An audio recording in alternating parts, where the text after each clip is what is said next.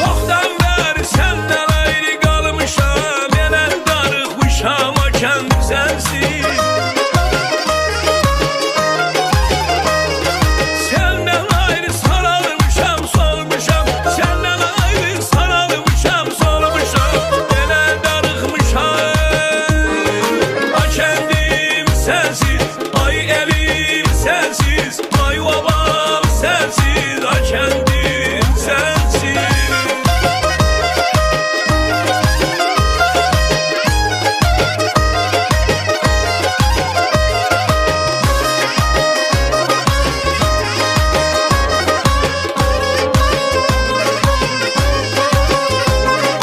Anam bişirərdi əvvəl yaşı, dörd yanına düzərdi lavaşı. Ləzzətinə yeyərdi bumazaşı, ləzzətinə yeyərdi südlü aşı, elə darıxmışam o kəndim sənsiz, ay elim sənsiz, ay obam sənsiz, o kəndim sənsiz. Sarı yağlı xəngəl xaşın yeyərdi, yeyib doyub ilahi şükür deyərdi.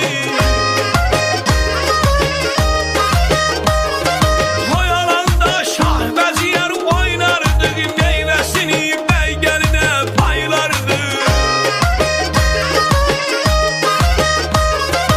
At minərdi buludlarla oynardıq, kaytuşlarla çilingavaz oynardıq, elə darıxmışam o kəndim sənsiz, ay elim sənsiz, ay obam sənsiz, o kəndim sənsiz.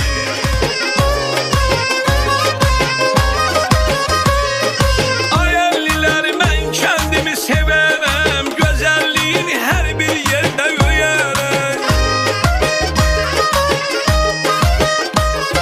Səndən özgə qürbət yeri neynərəm, səndən özgə qürbət yeri neynərəm, elə darıxmışam ay atam sənsiz, ay anam sənsiz, ay obam sənsiz, o kəndim sənsiz, ay elim sənsiz, ay atam sənsiz, ay anam sənsiz, o kəndim